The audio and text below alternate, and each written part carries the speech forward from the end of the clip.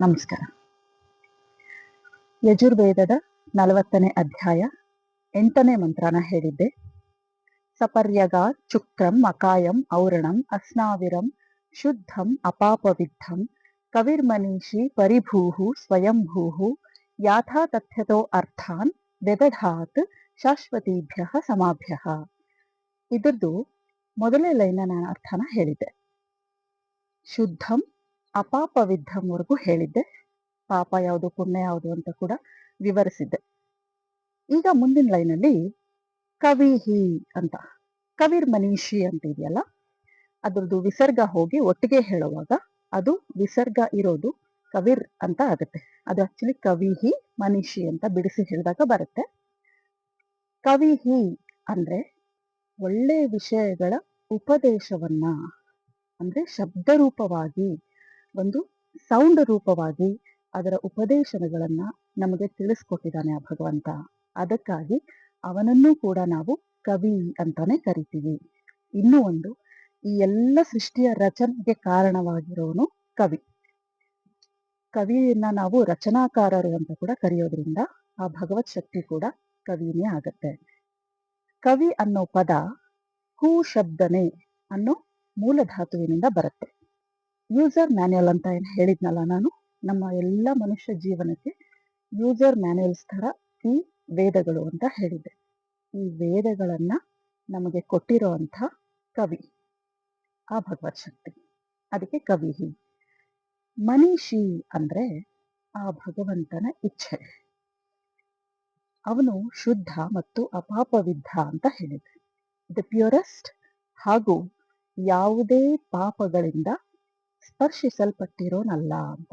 ಹಾಗಾಗಿ ಅವನ ಒಂದು ಇಚ್ಛೆ ಏನಾಗಿರುತ್ತೋ ಅದು ಯಾವಾಗ್ಲೂ ತುಂಬಾ ಸರ್ವಶ್ರೇಷ್ಠವಾದಂತ ಇಚ್ಛೆ ಆಗಿರುತ್ತೆ. ಮನೀಷಿ ಅನ್ನೋದು ಇಚ್ಛೆ. ಆ ಕವಿಯಾದ ಭಗವತ್ ಶಕ್ತಿಯ ಇಚ್ಛೆ ಅನ್ನೋದು ಕವಿರ್ ಮನೀಷಿ. ಪರಿಭೂಹು ಅಂದ್ರೆ ಪರಿ ಅಗಾತ್ ಅಂತ ನಾವೇನ್ ನೋಡಿದ್ವೋ, ಪರಿ ಅಂದ್ರೆ ಎಲ್ಲ ಕಡೆಯೂ, ಅಗಾತ್ ಅಂದ್ರೆ ಹೋಗಿ ಆಗಿದೆ, ಅಂದ್ರೆ ಎಲ್ಲ ಕಡೆನೂ ವ್ಯಾಪಿಸಿ ಆಗಿದೆ, ಸರ್ವವ್ಯಾಪಿ ಅನ್ನೋ ಅರ್ಥ ಬಂದಿತ್ತು. ಅದೇ ತರ ಪರಿಭೂಹು ಅಂದ್ರೆ, ಭೂಹು ಅಂದ್ರೆ ಇರೋದು, ಇರುವಿಕೆ. ಪರಿ ಅಂದ್ರೆ ಎಲ್ಲ ಕಡೆಯೂ ಇರೋವಂಥ ಆ ಭಗವತ್ ಶಕ್ತಿ ಪರಿಭೂಹು ಆಯ್ತು. ಸ್ವಯಂಭೂಹು ಅಂದ್ರೆ ಅದು ಸೆಲ್ಫ್ ಡಿಪೆಂಡೆಂಟ್. ಆ ಭಗವತ್ ಶಕ್ತಿ ಏನಿದೆ ಸೆಲ್ಫ್ ಡಿಪೆಂಡೆಂಟ್. ಅದಕ್ಕೆ ಯಾರದೇ ಸಹಾಯ, ಯಾವುದೇ ಸಾಧನದ ಸಹಾಯ ಬೇಕಿಲ್ಲ ಅಂತ ಹೇಳಿದ್ದೆ. 3 ಅಸ್ತಿತ್ವಗಳಲ್ಲಿ, ಜಡ, ಅಣುಚೇತನ ಮತ್ತು ವಿಶ್ವಚೇತನದಲ್ಲಿ ವಿಶ್ವಚೇತನ ಭಗವತ್ ಶಕ್ತಿ. ಈ ಅಣುಚೇತನ ಮತ್ತು ಜಡ ಪ್ರಕೃತಿ ಎರಡೂ ಇಂಟರ್ ಡಿಪೆಂಡೆಂಟ್. ಆದ್ರೆ ವಿಶ್ವಚೇತನ ಶಕ್ತಿ ಅಂದ್ರೆ ಭಗವತ್ ಶಕ್ತಿ ಯಾವುದ್ರ ಮೇಲೂ ಡಿಪೆಂಡ್ ಆಗಿಲ್ಲ ಅಂತ ಹೇಳಿದ್ದೆ. ಈಗ ಚಿಕ್ಕ ಚಿಕ್ಕ ವಿಷಯದಲ್ಲಂತೂ ಡಿಪೆಂಡೆನ್ಸಿ ನಮ್ಗೆ ಇದ್ದೇ ಇದೆ. ಈ ಸ್ವಯಂಭೂಹು ಅನ್ನೋದನ್ನ ಇನ್ನೂ ಸ್ವಲ್ಪ ವಿವರವಾಗಿ ತಿಳ್ಕೊಳ್ಳೋಣ. ಆದ್ರೆ ಆ ಭಗವತ್ ಶಕ್ತಿಗೆ ಯಾವುದ್ರ ಮೇಲೂ ಡಿಪೆಂಡೆನ್ಸಿ ಇಲ್ಲ. ಅದು ಸೆಲ್ಫ್ ಡಿಪೆಂಡೆಂಟ್. ನಾವು ಸಾಮಾನ್ಯವಾಗಿ ಈ ಚಿಕ್ಕ ಚಿಕ್ಕ ವಿಷಯಗಳನ್ನ, ಸಾಮಾನ್ಯ ವಿಷಯಗಳನ್ನ ಗಮನಿಸೋದೇ ಇಲ್ಲ. ಆಕ್ಚುಲಿ ಈಗ ನಾನು ಇಲ್ಲಿ ಕುತ್ಕೊಂಡು ಇಷ್ಟು ಮಾತಾಡ್ತಿರೋದಕ್ಕೆ ಗ್ರಾವಿಟಿ ಕಾರಣ ಇದೆ. ಗ್ರಾವಿಟಿ ಶಕ್ತಿ ನಮ್ಗೆ ಇರ್ಲಿಲ್ಲ ಅಂದಿದ್ರೆ, ಅಂದ್ರೆ ಈ ಪ್ರಕೃತಿ ಮೇಲೆ ನಾವು ಎಷ್ಟ್ರ ಮಟ್ಟಿಗೆ ಡಿಪೆಂಡ್ ಆಗಿದೀವಿ. ನಾವು ದಿನನಿತ್ಯದ ಕೆಲಸಗಳನ್ನ ನಾರ್ಮಲ್ ಆಗಿ ಮಾಡ್ತಾ ಇರ್ತೀವಿ, ಆದ್ರೆ ಎಷ್ಟು ರೀತಿಯಿಂದ ನಮಗೆ ಈ ಪ್ರಕೃತಿ ಹೆಲ್ಪ್ ಆಗಿದೆ ಅನ್ನೋದನ್ನ ನಾವ್ ಯಾರು ಯೋಚಿಸೋದೇ ಇಲ್ಲ. ಆ ಕಡೆ ನಮ್ಮ ಗಮನನೇ ಹೋಗಲ್ಲ. ಗ್ರಾವಿಟಿ ಇಲ್ಲ ಅಂದಿದ್ರೆ ಇಲ್ಲಿ ನಾವು ಕುತ್ಕೊಳಕ್ ಆಗ್ತಿರ್ಲಿಲ್ಲ, ಗಾಳಿಯಲ್ಲಿ ತೇಲ್ತಾ ಇರ್ತಿದ್ವಿ. ಅದೇ ರೀತಿ ಗಾಳಿಯ ಒತ್ತಡ ಎಲ್ಲ ಕಡೆಯೂ ಸಮನಾಗಿ ಇರ್ಲಿಲ್ಲ ಅಂದಿದ್ರೆ, ರೈಟ್ ಅಲ್ಲಿ ಜಾಸ್ತಿ ಇದ್ರೆ ಈ ತರ ಹೊಟ್ಟಾಗಿ ವಾಲ್ತಾ ಇದ್ವಿ, ಲೆಫ್ಟ್ ಅಲ್ಲಿ ಇದ್ರೆ ಈ ಕಡೆ. ಹಿಂದೆ ಜಾಸ್ತಿ ಗಾಳಿಯ ಒತ್ತಡ ಇದ್ದಿದ್ರೆ ಮುಗುರ್ಸಿ ಬೀಳ್ತಾ ಇದ್ವಿ, ಮುಂದೆ ಒತ್ತಡ ಇದ್ದಿದ್ರೆ ಹಿಂದೆಗಡೆ ವಾಲ್ತಾ ಇದ್ವಿ. ಇಷ್ಟು ನೀಟಾಗಿ ಕುತ್ಕೊಂಡು ನಾನು ಮಾತಾಡಕ್ಕೆ ಸಾಧ್ಯ ಆಗ್ತಿದೆ ಅಂದ್ರೆ ಎಷ್ಟು ವಿಷಯಗಳ ಸಪೋರ್ಟ್ ನಮಗಿದೆ. ನಾವು ಸ್ವಯಂಭೂಹು ಆಗಕ್ ಸಾಧ್ಯ ಇಲ್ಲ, ಆದ್ರೆ ಆ ಪರಮಾತ್ಮ ಶಕ್ತಿ ಸ್ವಯಂಭೂಹು. ಆತನಿಗೆ ಅಥವಾ ಆ ಶಕ್ತಿಗೆ ಯಾವುದೇ ರೀತಿಯ ಸಪೋರ್ಟ್ ಅವಶ್ಯಕತೆ ಇಲ್ಲ.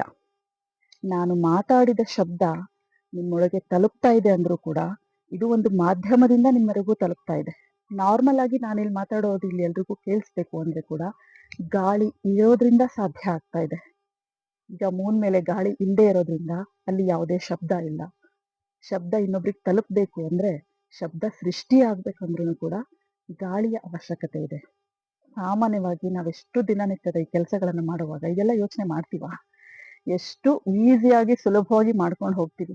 ಇದೆಲ್ಲಾನು ಪ್ರಕೃತಿ ನಮಗೆ ರೆಡಿ ಮಾಡಿ ಕೊಟ್ಟಿದೆ, ಆ ಭಗವತ್ ಶಕ್ತಿ ರೆಡಿ ಮಾಡಿ ಕೊಟ್ಟಿದೆ. ಹಾಗಾಗಿ ನಾವು ಎಲ್ಲ ನಮ್ಮ ಜೀವನವನ್ನ ಸರಾಗವಾಗಿ ನಿರಾಳವಾಗಿ ನಡ್ಸ್ಕೊಂಡು ಹೋಗ್ತಿದ್ದೀವಿ. ನಾವು ಸ್ವಯಂಭೂಗಳ ಅಲ್ಲ, ಇದರ ಅರ್ಥ. ಸೊ ಆ ಭಗವಂತ ಸ್ವಯಂಭೂಹು, ಆತನಿಗೆ ಆ ಶಕ್ತಿಗೆ ಯಾವುದೇ ಸಪೋರ್ಟಿನ ಅವಶ್ಯಕತೆ ಇಲ್ಲ.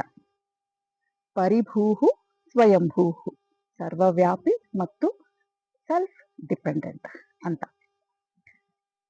ಯಾಥಾ ತಥ್ಯತೋ ಅರ್ಥಾನ್ ಅಂದ್ರೆ ಈ ಸೃಷ್ಟಿಯ ಈ ವೇದಗಳ ರೂಪದಲ್ಲಿ ಅಂತ ಹೇಳಬಹುದು. ಯಾಥಾ ತಥ್ಯತೋ, ಯಥಾ ತಥಾ, ಹೇಗಿದೆಯೋ ಹಾಗೆ ಎಲ್ಲರಿಗೂ ಈ ಒಂದು ಜ್ಞಾನವನ್ನ ಆ ಭಗವತ್ ಶಕ್ತಿ ಕೊಟ್ಟಿದೆ ಅಂತ ಅರ್ಥ. ಅಂದ್ರೆ ಏನು? ಶಾಶ್ವತೀಭ್ಯ ಸಮಾಭ್ಯ, ಸಮಾಭ್ಯ ಅಂದ್ರೆ ಅಣುಚೇತನರು ಅಂತ. ಅಣುಚೇತನರೂ ಆಯ್ತು, ಎಲ್ಲರಿಗೆ ಸಮಾನವಾಗಿ ಕೊಟ್ಟಿದೆ ಅಂತಾನೂ ಆಯ್ತು. ಅಂದ್ರೆ ಶಾಶ್ವತೀಭ್ಯ ಅಂದ್ರೆ ಈ ಮೂರು ಅಸ್ತಿತ್ವಗಳು ಅನಾದಿ ಅನಂತ ಅಂತ ಹೇಳಿದ್ದೆ. ಶಾಶ್ವತೀಭ್ಯ ಅಂದ್ರೆ ಯಾವತ್ತಿಗೂ ಇರೋ ಅಂಥವು.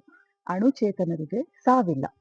ಹಾಗಾಗಿ ಈ ಅಣುಚೇತನರು ಯಾವತ್ತಿಗೂ ಇರೋವಂಥ ಅಂದ್ರೆ ಶಾಶ್ವತೀಭ್ಯ ಸಮಾಭ್ಯ, ಯಾವತ್ತಿಗೂ ಇರೋವಂಥ ಅಣುಚೇತನರಿಗೆ ಸಮಾನವಾಗಿ, ಮೇಲೆ ಅವ್ರು ಮಾಡಬೇಕು, ಕೆಳಮಟ್ಟದವ್ರು ಮಾಡಂಗಿಲ್ಲ, ಯಾವುದೇ ರೀತಿಯ ಒಂದು ರಿಸ್ಟ್ರಿಕ್ಷನ್ಸ್ ಇಲ್ಲದೇನೆ ಪ್ರತಿ ಅಣುಚೇತನರಿಗೂ ಇದು ಈ ಜ್ಞಾನ ಕೊಟ್ಟಿದೆ ಆ ಭಗವತ್ ಶಕ್ತಿ ಅನ್ನೋದು ಈ ಮಂತ್ರದ ಪೂರ್ತಿ ಅರ್ಥ. ಅಣುಚೇತನರು ಅಂದ್ರೆ ಪ್ರಾಣಿಗಳು ಬರುತ್ತಲ್ಲ, ವೇದ ಜ್ಞಾನ ಅನ್ನೋದೇನೇನಿದೆ ಇದೆಲ್ಲ ಬರೀ ಮನುಷ್ಯರಿಗೆ. ಪ್ರಾಣಿಗಳಿಗೆ ಹೇಗೆ? ಯಾಕಂದ್ರೆ ಅಣುಚೇತನರು ಎಲ್ಲ ಅಣುಚೇತನರಿಗೂ ಸಮಾನವಾಗಿ ಕೊಟ್ಟಿದೆ ಅಂತ ನೀವು ಹೇಳ್ತೀರಾ. ಹಾಗಿದ್ರೆ ಪ್ರಾಣಿಗಳು ವೇದಾಧ್ಯಯನ ಮಾಡುತ್ತಾ ಅಂದ್ರೆ ಸಮಾನವಾಗಿ ಕೊಟ್ಟಿದೆ ಆ ಶಕ್ತಿ ಅಂತ ಹೇಳಿದೆ. ಪ್ರಾಣಿಗಳಿಗೆ ಸ್ವಾಭಾವಿಕ ಜ್ಞಾನದ ಮೂಲಕ, ಸ್ವಾಭಾವಿಕ ಜ್ಞಾನ ಅಂದ್ರೇನು, ನೈಮಿತ್ತಿಕ ಜ್ಞಾನ ಅಂದ್ರೇನು ನಾನು ವಿವರಿಸಿದ್ದೆ. ಸ್ವಾಭಾವಿಕ ಜ್ಞಾನದ ಮೂಲಕ ಆ ಭಗವತ್ ಶಕ್ತಿ ಅವುಗಳಿಗೂ ಕೂಡ ಸಮಾನವಾಗಿ ಕೊಟ್ಟಿದೆ. ಹಾಗಾಗಿ ನಾವು ಪ್ರಾಣಿಗಳಲ್ಲಿ ಅವುಗಳ ಜೀವನಕ್ಕೆ ಏನೇನು ಅವಕ್ಕೆ ಜ್ಞಾನ ಕೊಟ್ಟಿದೆಯೋ ಅವು ಅದೇ ತರ ಬದುಕುತ್ತೆ. ನಾವ್ ಯಾವ್ದಾದ್ರೂ ವ್ಯತ್ಯಾಸ ನೋಡಿದೀವ? ನಾಯಿ ಹೀಗೆ ಇರ್ಬೇಕು, ಹೀಗೆ ಬದುಕಬೇಕು, ಎಲ್ಲ ನಾಯಿಗಳು ಹಾಗೆ ಇರುತ್ತೆ. ಒಂದು ಬೆಕ್ಕಿಗೆ ಇರಬೇಕು, ಎಲ್ಲ ಬೆಕ್ಕುಗಳು ಹಾಗೆ ಇರುತ್ತೆ. ಆ ಪ್ರಾಣಿ, ಆ ಸ್ಪೀಶೀಸ್ ಅಂತ ಏನ್ ಹೇಳ್ತೀವೋ ಅದರದ್ದು ಏನ್ ಧರ್ಮ ಇದೆ ಅದು ಅದ್ರ ಪ್ರಕಾರನೇ ಬದುಕುತ್ತೆ. ಯಾವುದೇ ಒಂದು ವ್ಯತ್ಯಾಸ ನಾವು ಕಾಣಲ್ಲ. ಸೊ ಅಲ್ಲಿ ಸಮಾನತೆ ಇದೆ. ಅಣುಚೇತನರಲ್ಲಿ ಮನುಷ್ಯರಿಗೆ ನೈಮಿತ್ತಿಕ ಜ್ಞಾನ ಅನ್ನೋ ಒಂದು ವಿಶೇಷವಾದ ಜ್ಞಾನ ಕೊಟ್ಟಿದೆ ಆ ಭಗವತ್ ಶಕ್ತಿ. ಅದರಿಂದಾಗಿ ಇದರಲ್ಲಿ ವೈವಿಧ್ಯತೆಗಳು ಮತ್ತೆ ವ್ಯತ್ಯಾಸಗಳು ಬರುತ್ತೆ. ಅದನ್ನ ಆ ವ್ಯತ್ಯಾಸಗಳು ಬರೋದಕ್ಕೆ ಕಾರಣ ಕೂಡ ಪಾಪ ಅನ್ನೋದೇನು ನಾನು ವಿವರಿಸಿದ್ನಲ್ಲ, ಅದು ಅವರವರ ಸ್ವಾತಂತ್ರ್ಯಕ್ಕೆ ಬಿಟ್ಟಿತ್ತು. ವ್ಯತ್ಯಾಸಗಳು ಬರೋದೇನಕ್ಕೆ? ಒಬ್ರು ತುಂಬಾ ಒಳ್ಳೆಯವರಾಗಿರ್ತಾರೆ, ಒಬ್ರು ತುಂಬಾ ದಾನಿಗಳಾಗಿರ್ತಾರೆ, ಒಬ್ರು ಕೆಟ್ಟವರು ಕ್ರೂರಿಗಳಾಗಿರ್ತಾರೆ.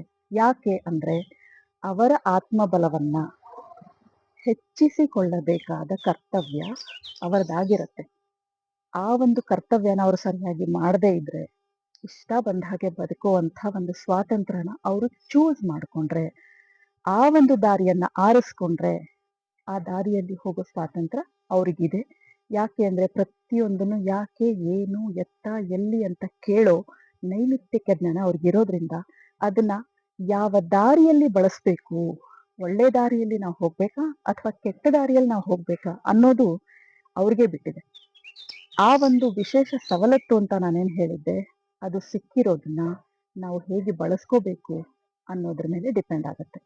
ನಾವು ಅದನ್ನ ಪಾಪದ ಕಡೆ ಬೆಳೆಸಿದ್ರೆ ಆ ಪಾಪದ ಕರ್ಮ ಫಲ ನಮಗೇನ್ ಸಿಗುತ್ತೆ ಅನ್ನೋದು ಮುಂದಿನ ಮಂತ್ರದಲ್ಲಿ ನಿಮಗೆ ಅರ್ಥ ಆಗೋ ಹಾಗೆ ನಾನು ಹೇಳ್ತೀನಿ.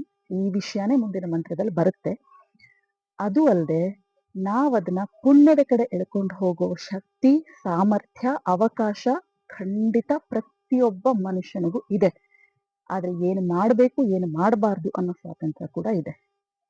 ಅದನ್ನ ನಾವು ಯಾವ ಕಡೆ ಕರ್ಕೊಂಡು ಹೋಗ್ಬೇಕು ಅನ್ನೋದು ನಮ್ಮ ಮೇಲೆ ಬಿಟ್ಟಿರೋದ್ರಿಂದ ನಾವು ಅದ್ರ ಪ್ರಕಾರ ಮಾಡೋ ಕೆಲಸಗಳಿಂದಾಗಿ ನಮ್ಮ ಪಾಪ ಹೆಚ್ಚಾಗತ್ತೋ ಪುಣ್ಯ ಹೆಚ್ಚಾಗತ್ತೋ, ಕುಕರ್ಮಗಳು ಹೆಚ್ಚಾಗತ್ತಾ ಸುಕರ್ಮಗಳು ಹೆಚ್ಚಾಗತ್ತಾ ಅನ್ನೋದ್ರ ಮೇಲೆ ನಮ್ಮ ಜೀವನದ ಪ್ರತಿಯೊಂದು ಮುಂದಿನ ಪಯಣ ನಿರ್ಧಾರ ಆಗುತ್ತೆ. ಇದು ಈ ಮಂತ್ರದ ಪೂರ್ತಿಯಾದ ಅರ್ಥ. ನಾನು ನಿಮ್ಗೆ ಹೇಳಿದ್ದೆ ಮೊದಲನೇ ಮಂತ್ರ ಹೇಳುವಾಗ, ಮೊದಲನೇ ಮಂತ್ರಕ್ಕೆ ಎಕ್ಸ್ಪ್ಲನೇಷನ್, ವಿವರಣೆ ತುಂಬಾ ಜಾಸ್ತಿ ಬೇಕಾಗುತ್ತೆ. ಅದನ್ನ ಪೂರ್ತಿಯಾಗಿ ಅರ್ಥ ಮಾಡ್ಕೊಂಡ್ಬಿಟ್ರೆ ಮುಂದಿನ ಮಂತ್ರಗಳು ಬೇಗ ಬೇಗ ಬೇಗ ಆಗಿ ಹೋಗ್ತಾ ಇರತ್ತೆ. ಯಾಕಂದ್ರೆ ಅದರಲ್ಲೇ ತುಂಬಾ ವಿಷಯಗಳು ಇರೋದ್ರಿಂದ, ಒಂದಕ್ಕೊಂದು ಲಿಂಕ್ ಇರೋದ್ರಿಂದ, ಈ ವಿಷಯಗಳು ಅದರಲ್ಲೂ ಸ್ವಲ್ಪ ಸ್ವಲ್ಪ ಬಂದಿರೋದ್ರಿಂದ ಅದಕ್ಕೆ ತುಂಬಾ ವಿವರಣೆಯ ಅವಶ್ಯಕತೆ ಇತ್ತು. ಅದಕ್ಕೆ ಅದನ್ನ ತುಂಬಾ ವಿವರವಾಗಿ ಎಕ್ಸ್ಪ್ಲೇನ್ ಮಾಡಿದ್ದೆ. ಈಗ ಮುಂದಿನ ಮಂತ್ರಗಳು ಬೇಗ ಬೇಗ ಬೇಗ ಅರ್ಥ ಆಗ್ತಾನೂ ಹೋಗುತ್ತೆ. ಆ ಭಗವತ್ ಶಕ್ತಿ ಸರ್ವವ್ಯಾಪಿ, ಸರ್ವಶಕ್ತ, ಸರ್ವಜ್ಞ ಎಲ್ಲ ಇರೋದ್ರಿಂದ ಅದಕ್ಕೆ ಶರೀರ ಇಲ್ಲ, ಆಕಾರ ಬಂದಿಲ್ಲ. ಈ ಆಕಾರ ಅನ್ನೋದಕ್ಕೆ ಇನ್ನೊಂದು ಚಿಕ್ಕ ಉದಾಹರಣೆ ನಿಮ್ಗೆ ಕೊಡ್ತೀನಿ. ಆಕಾರ ಇದ್ರೂನು ನಮಗಿಂತ ದೊಡ್ಡ ಶಕ್ತಿ ಅಲ್ವಾ ಅಂತ ನಾವು ಹೇಳಬಹುದು. ಆದ್ರೆ ದೊಡ್ಡದೇ ಇರ್ಲಿ ಚಿಕ್ಕದೇ ಇರ್ಲಿ, ಲಿಮಿಟೇಷನ್ಸ್ ಅಂತೂ ಬಂದಾಯ್ತಾ. ಈಗ ಈ ಒಂದು ನೋಟ್ಬುಕ್ ಈ ಸೈಜ್ ಇದೆ, ಇದಕ್ಕಿಂತ ಈ ನೋಟ್ಬುಕ್ ಸ್ವಲ್ಪ ದೊಡ್ಡದು, ಆದ್ರೆ ಇದಕ್ಕೂ ಲಿಮಿಟೇಷನ್ಸ್ ಅಂತ ಇದೆ. ಇದು ಸರ್ವ ಎಲ್ಲ ಕಡೆ ವ್ಯಾಪಿಸಿದೆ ಅಂತ ಹೇಳಕ್ಕಾಗಲ್ಲ. ಇದಕ್ಕಿಂತ ದೊಡ್ಡದಿರಬಹುದು, ಇದಕ್ಕಿಂತ ಇದು ದೊಡ್ಡದಿರಬಹುದು, ಇದಕ್ಕಿಂತ ಇನ್ನೂ ಒಂದು ದೊಡ್ಡ ನೋಟ್ಬುಕ್ ಏನೋ ಒಂದು ಯಾವುದೋ ಒಂದು ವಸ್ತು ಇರಬಹುದು. ಆದ್ರೆ ಆಕಾರ ಅಂತ ಬಂದ್ಬಿಟ್ರೆ ಎಷ್ಟೇ ದೊಡ್ಡದಾದ್ರೂ ಒಂದು ಲಿಮಿಟೇಷನ್, ಒಂದು ಬೌಂಡ್ರಿ, ಒಂದು ಬಾರ್ಡರ್ ಅನ್ನೋದು ಬಂದೇ ಬರುತ್ತೆ. ಆ ಸರ್ವಶಕ್ತನಿಗೆ, ಆ ಭಗವತ್ ಶಕ್ತಿಗೆ ಈ ಯಾವುದೇ ಲಿಮಿಟೇಷನ್ಸ್ ಇಲ್ಲ ಅನ್ನೋದಕ್ಕೆ ಅಕಾಯಂ ಔರಣಂ ಅಸ್ನಾವಿರಂ. ನರಮಂಡಲ ಇಲ್ಲ, ಸ್ನಾವಿರ ಅಂದ್ರೆ ನರಮಂಡಲ, ಇದಕ್ಕೆ ನರಮಂಡಲ ಇಲ್ಲ. ಇನ್ನೊಂದ್ಸರಿ ಸಂಕ್ಷಿಪ್ತವಾಗಿ ಈ ಮಂತ್ರನ ಗ್ಲಾನ್ಸ್ ಮಾಡೋಣ. ಸಪರ್ಯಗಾ ಚುಕ್ರಂ ಅಕಾಯಂ ಔರಣಂ ಅಸ್ನಾವಿರಂ ಶುದ್ಧಂ ಅಪಾಪವಿದ್ಧಂ ಕವಿರ್ಮನೀಷಿ ಪರಿಭೂಹು ಸ್ವಯಂಭೂಃ ಯಾಥಾ ತಥ್ಯತೋ ಅರ್ಥಾನ್ ವ್ಯದಧಾತ್ ಶಾಶ್ವತೀಭ್ಯಃ ಸಮಾಭ್ಯಃ. ಇದು ಪೂರ್ತಿ ಮಂತ್ರ. ಸಪರಿ ಅಗಾತ್ ಅಂದ್ರೆ, ಸ ಅಂದ್ರೆ ಆ ಭಗವತ್ ಶಕ್ತಿ, ವಿಶ್ವಚೇತನ ಶಕ್ತಿ. ಪರಿ ಅಗಾತ್, ಪರಿ ಅಂದ್ರೆ ಎಲ್ಲ ಕಡೆಯೂ, ಅಗಾತ್ ಹೋಗಿ ಆಗಿದೆ ಅಂದ್ರೆ ಏನು, ಸರ್ವವ್ಯಾಪಿಯಾಗಿದೆ, ಎಲ್ಲ ಕಡೆಯೂ ಅದಿದೆ ಅಂತ ಅರ್ಥ. ಚುಕ್ರಂ ಅಂದ್ರೆ ಶಕ್ತಿ, ಆ ಭಗವತ್ ಶಕ್ತಿ ಸರ್ವಶಕ್ತ ಅನ್ನೋದನ್ನ ಹೇಳುತ್ತೆ. ಇನ್ನೊಂದು ಸಪರ್ಯಗಾತ್, ಸ ಅಂತ ಹೇಳಿದೀವಲ್ಲ, ಆ ಭಗವತ್ ಶಕ್ತಿ ಅಂತಾನೂ ಬರುತ್ತೆ. ಸಪರ್ಯಗಾ ಚುಕ್ರಂ ಅಕಾಯಂ ಅಂದ್ರೆ ಆಕಾರ ಇಲ್ಲದೆ ಇರೋದು. ಆಕಾರ ಬಂದ್ರೆ ಮತ್ತೆ ಲಿಮಿಟೇಷನ್ಸ್ ಬರುತ್ತೆ. ಅಂದ್ರೆ ಕಾಯ ಇಲ್ಲದೆ ಇರೋದು, ಶರೀರ ಇಲ್ಲದೆ ಇರೋದು ಅಂತ ಅರ್ಥ.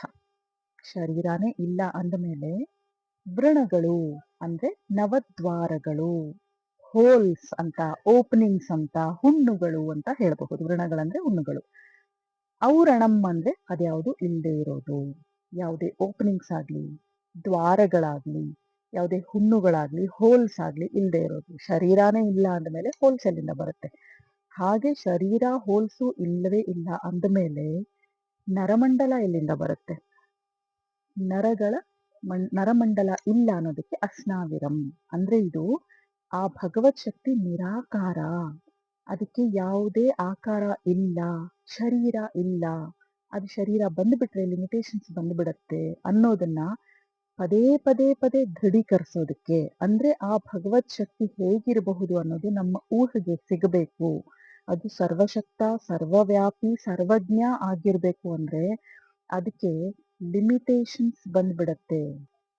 ಯಾವಾಗ? ಅದಕ್ಕೆ ಶರೀರ, ಆಕಾರ, ವ್ರಣಗಳು, ನರಮಂಡಲ ಇದೆಲ್ಲ ಬಂದ್ಬಿಟ್ರೆ ಲಿಮಿಟೇಷನ್ಸ್ ಬಂದ್ಬಿಡತ್ತೆ. ಅದ್ಯಾವುದು ಇಲ್ಲದೇನೆ ಆ ಭಗವತ್ ಶಕ್ತಿನ ನಾವು ಹೇಗೆ ಕಾಣಬೇಕು, ಆ ಸ್ವರೂಪನ ನಾವು ಹೇಗೆ ನೋಡ್ಬೇಕು ಅನ್ನೋದನ್ನ ಕ್ಲಿಯರ್ ಆಗಿ ಹೇಳ್ಬೇಕು ಅನ್ನೋದಕ್ಕೋಸ್ಕರ ಇಷ್ಟು ಸಾರಿ ಅದನ್ನ ದೃಢೀಕರಿಸಲಾಗಿದೆ. ಅಸ್ನಾವಿರಂ ಶುದ್ಧಂ, ಯಾವುದು ಪ್ಯೂರೆಸ್ಟ್ ಇರುತ್ತೋ. ಶುದ್ಧಂ ಅಂದ್ರೆ ನಾವು ಎಷ್ಟು ಪ್ಯೂರ್ ಅಂತ ಹೇಳಕ್ ಸಾಧ್ಯನೋ, ಸರ್ವಶ್ರೇಷ್ಠ ಪ್ಯೂರಿಟಿ ಯಾವ್ದಿದೆಯೋ ಅದನ್ನ ಶುದ್ಧಂ ಅಂದ್ರೆ ಆ ಭಗವತ್ ಶಕ್ತಿ ಅಷ್ಟು ಶುದ್ಧ ಅಂತ. ಅಪಾಪವಿದ್ಧಂ ಪಾಪಗಳಿಂದ ಸ್ಪರ್ಶಿಸಲ್ಪಟ್ಟಿಲ್ಲ. ಪಾಪದ ಒಂದು ಚಿಕ್ಕ ಸೋಂಕು ಕೂಡ ಆ ಭಗವತ್ ಶಕ್ತಿಗೆ ತಾಕಿಲ್ಲ.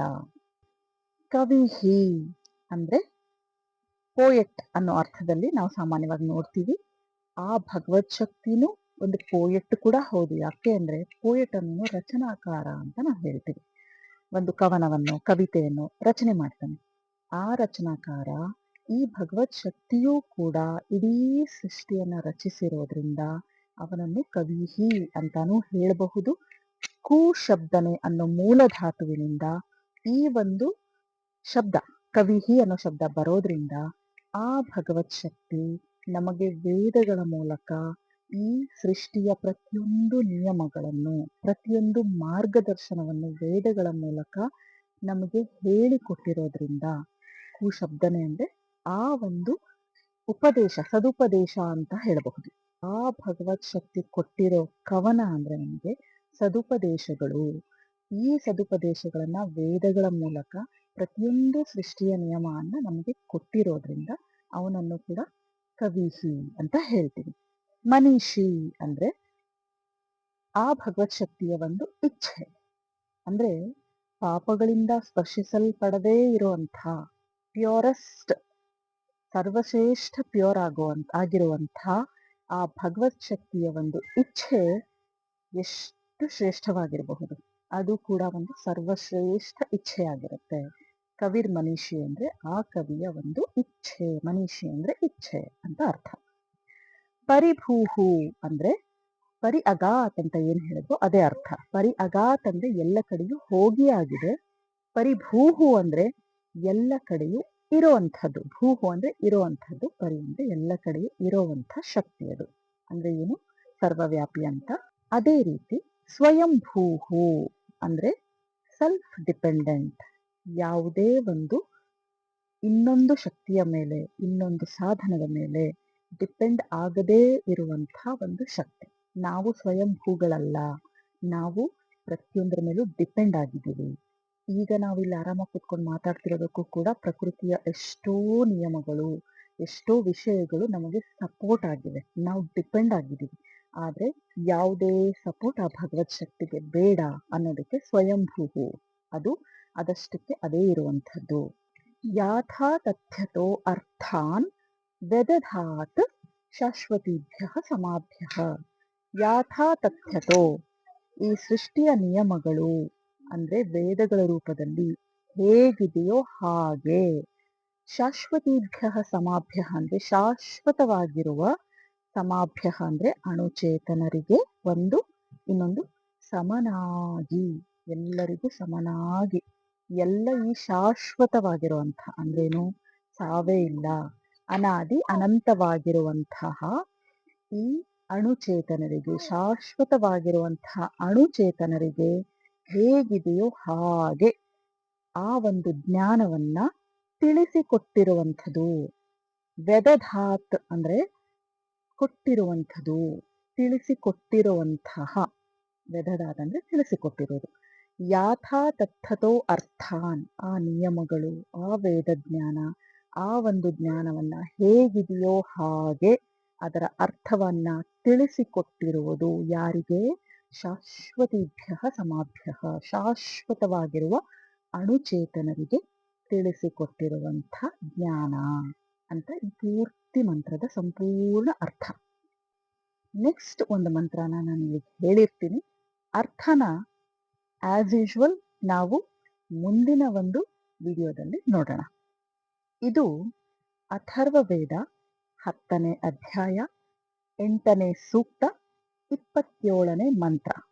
ಈಗ ನಾನು ಹೇಳಕ್ ಹೊರಟಿರೋ ಮಂತ್ರ. ತ್ವಂ ಸ್ತ್ರೀ ತ್ವಂ ಪುಮಾನಸಿ, ತ್ವಂ ಕುಮಾರ ಉತವಾ ಕುಮಾರಿ, ತ್ವಂ ಜೀರ್ಣೋ ದಂಡೇನ ವಂಚಸಿ, ತ್ವಂ ಜಾತೋ ಭವಸಿ ವಿಶ್ವತೋಮುಖಃ. ಈ ಮಂತ್ರನ ಇಲ್ಲಿ ಹೇಳಿರ್ತೀನಿ.